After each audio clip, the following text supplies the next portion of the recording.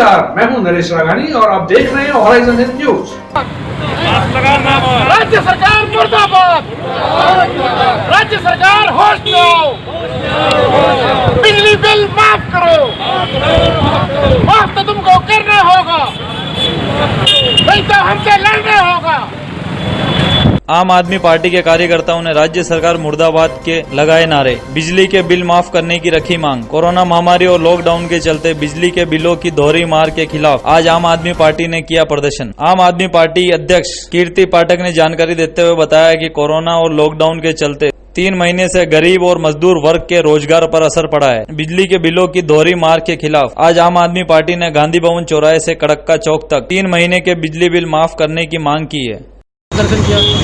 सुनिए, आप सबको पता है कोरोना के कारण 3 महीने से प्रैक्टिकली कोई भी काम नहीं हो रहा है और जिन व्यवसायी लोग हैं या जो भी दिहाड़ी मजदूर हैं, दूसरे लोग हैं, वो लोग जब काम नहीं करेंगे तो बिजली का बिल कैसे भरेंगे।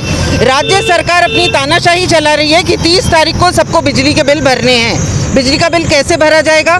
क्या आसमान से कोई पैसे टपकेंगे उनके लिए? जिन्होंने 3 महीने तक कमाई नहीं करी है उनका पैसा कौन भरेगा? राज्य सरकार को अब अपने विधायकों को, अपने सांसदों को, इन सबको बोलना पड़ेगा कि अपने ऊपर जो फिजूल खर्ची है उसे बंद करें।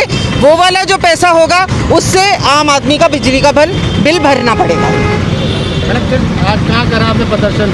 सुनिए, सबसे पहले इधर गांधी भवन चौराहे पर है, इसके बाद अभी नया बाजार चौपड़ पे जाएंगे और राज्य में पूरे राजस्थान के अंदर विभिन्न जो जिला मुख्यालय हैं वहाँ पर आज ये कार्यक्रम चल रहा है। बिजली की तरफ जब भी माफ नहीं होती उससे आगे आप क्या करोगे? आगे देखिए, ये हमारा तीसरा चरण है। पहले चरण में हमने ज्ञापन दिया, दूसरे में हमने होम बाउंड रह करके आंदोलन किया उस दिन का, और तीसरे चरण में आज हम चौक से चौराहों तक आए हैं।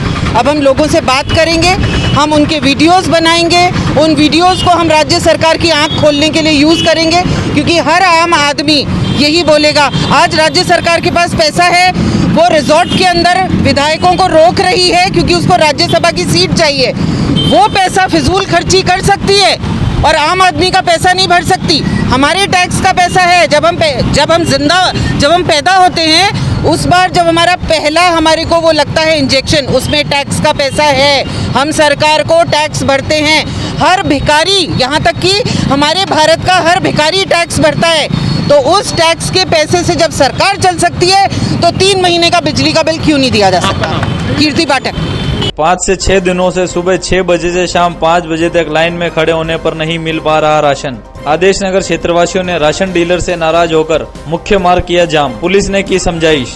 कोरोना के चलते अब लोगों को राशन की परेशानी काफी होने लगी है। जहां पर सरकार ने एक तरफ तो सभी को जल्द से जल्द राशन पहुंचाने की बात कही है, लेकिन अजमेर में राशन को लेकर आज लोगों को सड़कों पर उतरकर जाम लगाना पड़ा।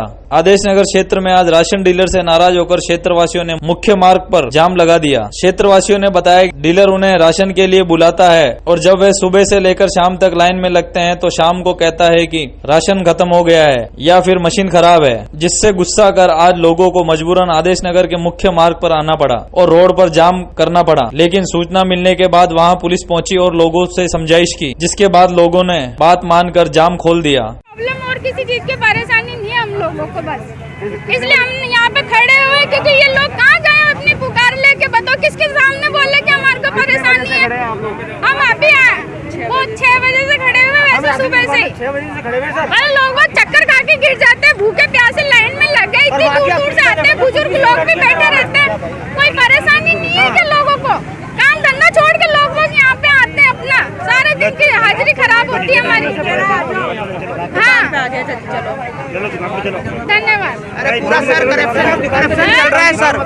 पार्वती, प्रॉब्लम राशन की आ रही। राशन वाला 6 दिन से परेशान कर रखा है, हमको परेशान बहुत ज्यादा कर रखा है। सुबह के 6 बजे से खड़े आया तो कहते राशन नहीं है और गढ़ वाले यहाँ का पार्सल लेके उसको भग गया। हमें 5-6 दिन से परेशान हो रहे। हम रोज सुबह 6 बजे से शाम के 5 बजे तक खड़े रहते हैं। दुकान भी खोल के नहीं, दुकान भी बंद। ये यहाँ पे शमशान के पास। हम तो यहीं रहते हैं बाड़िया में। हाँ, आदेश नगर ही है। हाँ, राशन से परेशान हो रहे हम सब।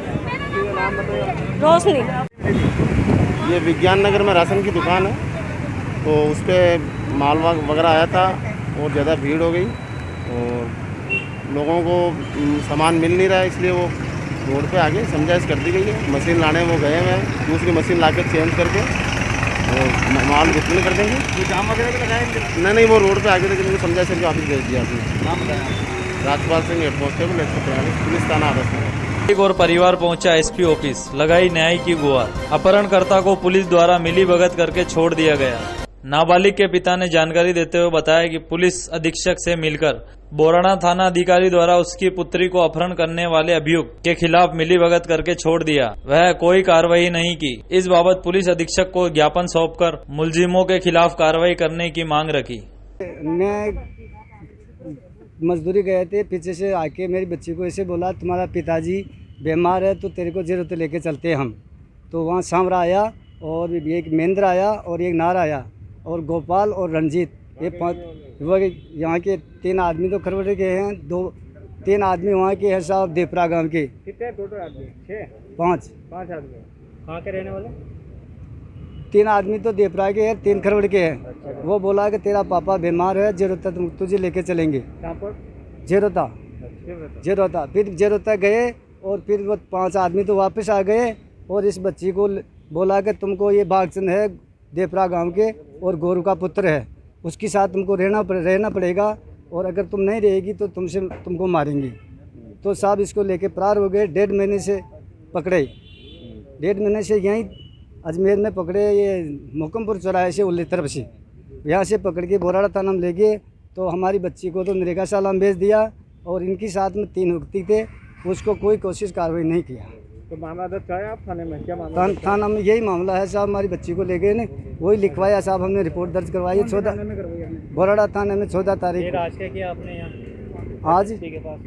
आज तो हमने यहाँ ऑब्लिकेशन दिया साहब, हमारी बच्ची के साथ ऐसे किए और कोई कोशिश कार्रवाई नहीं हुई।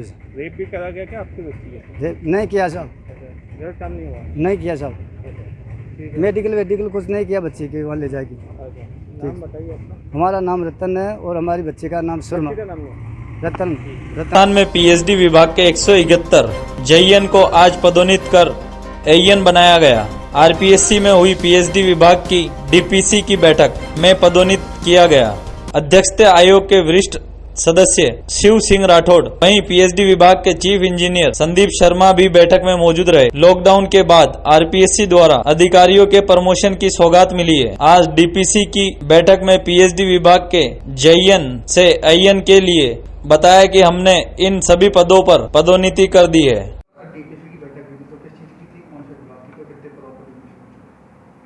आज पीएचडी की डीपीसी हुई थी, जिसके अंदर जेईएन से एईएन पे प्रमोशन हुए हैं, जिसमें सिविल, मैकेनिकल और इंजीनियरिंग पदों पे डिप्लोमा और डिग्रीधारी लोगों का जेईएन टू एईएन प्रमोशन हुआ है और एक प्रमोशन द नवसर्जित पद द केमिस्ट का, उस केमिस्ट के पोस्ट के लिए सीनियर केमिस्ट में प्रमोशन हुआ। पदों की संख्या तो आपको ये बता देंगे, 102 से जो भी हो। अजमेर शहर में बीते दिनों से गर्मी का पारा हुआ अधिक। पुलिसकर्मी चौराहों पर तैनात हैं। खुद को गर्म हवाओं के थपेड़ों से बचाने के लिए चेहरे पर रुमाल बांधे खड़े हैं। भीषण गर्मी में खड़े रहने में दिक्कत तो आती है। ट्रैफिक इंस्पेक्टर सुनीता गुजर ने बताया कि इन दिनों भीषण गर्मी के चलते एवं एलिवेटेड रोड के कारण ट्रैफिक की समस्या आ रही है। भीषण गर्मी को देखते हुए ट्रैफिक ड्यूटी का जब्ता भी 4 शिफ्ट में बांट दिया गया है। सभी ट्रैफिक पुलिसकर्मी को हिदायत दी है कि अपने स्वास्थ्य का ध्यान रखें एवं पुलिस लाइन में डिस्पेंसरी में अपना स्वास्थ्य चेक कराएं एवं सैनिटाइजर व मास्क का प्रयोग करें। बिल्कुल, अभी गर्मी का दबाव बढ़ रहा है। गर्मी के दबाव के साथ साथ एलिवेटेड रोड की वजह से ट्रैफिक का भी प्रेशर बढ़ रहा है और जाम वगैरह की स्थिति बहुत ज़्यादा आती है। इधर तेज़ धूप का असर हो रहा है। इस चीज़ को देखते हुए हमारा जो ट्रैफिक का जाब्ता वो 4 शिफ्टों में बांटा गया है। सुबह की जो शिफ्ट है वो 6 से 9 काम करती है। सेकंड शिफ्ट है वो 8 से 12 आती है और थर्ड शिफ्ट है वो 12 से शाम को 8 बजे तक। और जो सुबह की शिफ्ट है वापस उसको फोर्थ शिफ्ट में बुलाया जाता है, जो 5 से लेकर 9 बजे तक काम करती है। इस तरह से शिफ्ट में डिवाइड करने से प्रत्येक व्यक्ति का काम है वो कंटिन्यूसली होकर के उसको मैक्सिमम 8 घंटे तक की ड्यूटी है और किसी की 6 घंटे तक की ड्यूटी है, जो रोटेशन वाइज रोटेट होती है।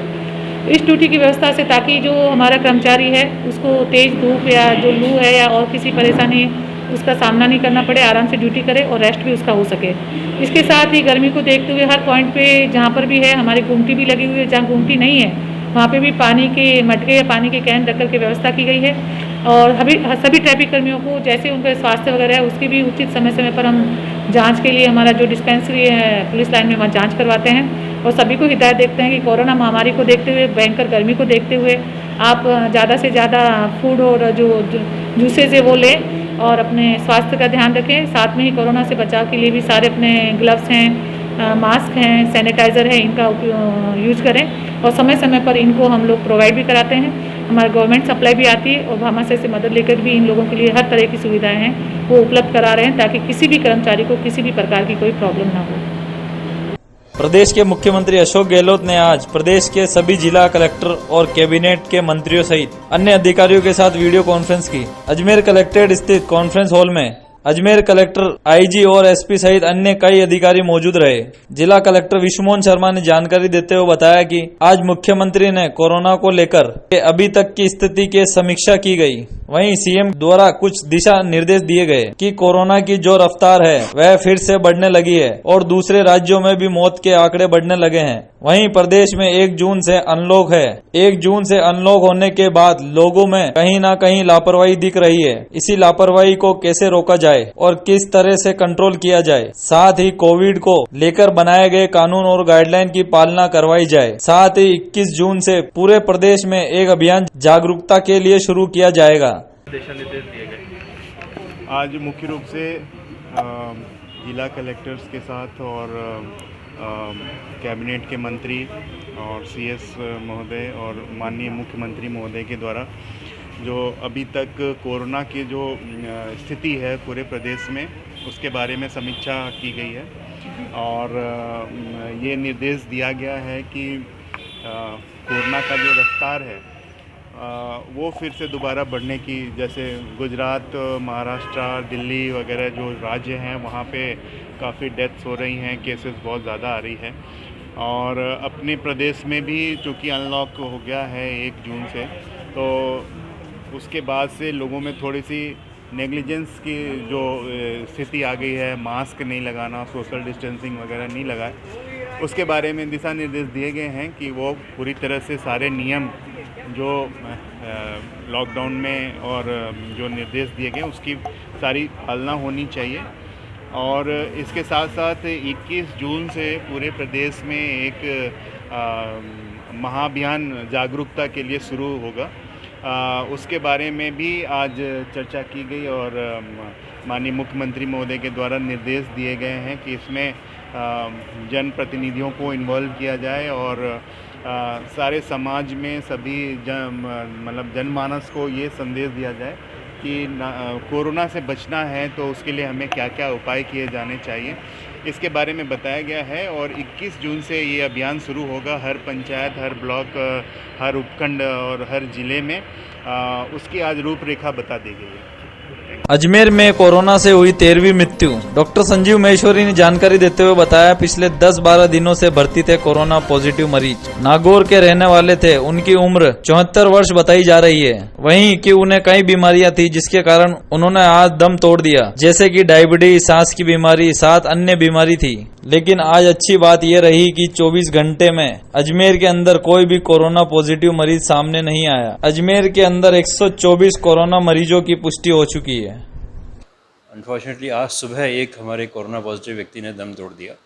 ये सज्जन पिछले 10-12 दिन से रहा था। 3 तारीख से हमारे पास भर्ती थे और मेड़ता नागौर के रहने वाले थे। 74 वर्षीय पुरुष थे और इनकी पत्नी भी पॉजिटिव थी, लेकिन पत्नी तो स्वस्थ होकर घर डिस्चार्ज हो गई। लेकिन इनकी और कई सारी बीमारियां थी, जैसे डायबिटीज़ भी थी इनको सेप्टिसीमिया भी था हल्का सा, इनको सांस की पुरानी तकलीफ़ थी और दोनों फेफड़ों में कोरोना की वजह से निमोनिया हुआ। सारी कोशिशों के बावजूद इनको बचा नहीं पाए। पिछले 5-6 दिन से ऑक्सीजन पे थे। एक दिन से बाईपैप मशीन जो नॉन इन्वेजिव वेंटिलेटर हम जिसको बोलते हैं वो थे, लेकिन और फिर उसके बाद इन्वेजिव वेंटिलेटर पे भी डाला। लेकिन आज सुबह करीब 7:45 बजे के आसपास इन्होंने दम तोड़ दिया।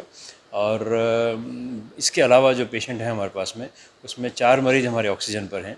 एक पेशेंट हमारा जिसको हम कहते हैं क्रॉनिक किडनी डिजीज़ CKD का है, डायलिसिस पे है।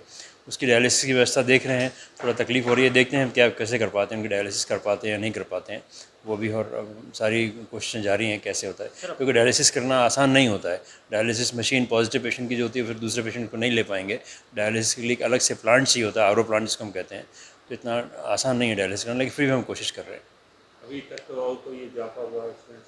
अभी तक कोई पॉजिटिव पेशेंट हमारे पास में रिकॉर्ड में इस वक्त तक कोई नहीं है।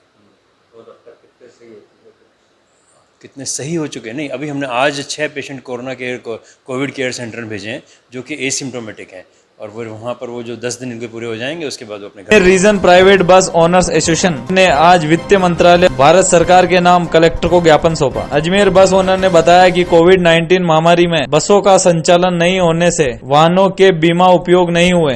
बीमा करने वाली कंपनियों को नॉन यूज की धारा के अंतर्गत आगामी समय के लिए बीमा अवधि बढ़ाने के लिए निर्देश दिए जाएं। वाहनों का बीमा अग्रिम किया जाता है, जिसके कारण प्रतिवर्ष बीमा राशि 65,000 से 1,10,000 तक होती है, लेकिन पिछले 22 मार्च से अभी तक वाहनों का संचालन नहीं हो रहा। इस अवधि को आगामी बीमा तिथि से बढ़ाया जाए। किस तरह का ज्ञापन दिया है और कोरोना महामारी के कोविड-19 के अंतर्गत हमारी बसों का वाहनों का संचालन बिल्कुल बंद है, और जो हमारी कॉमर्शियल वाहनें हैं उन पर बीमा लगाया जाता है, और वो प्रतिवर्ष एडवांस बीमा जमा हमारा हो जाता है। प्रत्येक गाड़ी का जो बीमा है प्रतिवर्ष का हमारे 65,000 से लेके 1,10,000 तक की रेंज में आता है। जब गाड़ियां हमारी लॉकडाउन के अंदर यूज़ ही नहीं हुई तो उस बीमा राशि की जो रकम है वो किसी कार्य नहीं आई। तो मोटर व्हीकल एक्ट में और इंश्योरेंस एक्ट में ये चीज़ है कि जो नॉन यूज़ गाड़ी होती है उसकी बीमे की अवधि जो है बढ़ाई जाती है, लेकिन वर्तमान में अभी तक भारत सरकार द्वारा इस प्रकार का कोई आदेश नहीं दिया गया है। उसके संदर्भ में हम आज एक ज्ञापन कलेक्टर महोदय को देने आए हैं, जो वित्त मंत्री भारत सरकार के नाम से। ज्ञापन दे दिया आपने? ज्ञापन दे दिया। किस तरह का आश्वासन मिला? नहीं, उन्होंने कहा ज्ञापन भेज दिया जाएगा, क्योंकि वित्त मंत्री को ज्ञापन भेज देंगे। आपका नाम है? नवीन सोगानी, अध्यक्ष Ajmer region private bus owners association.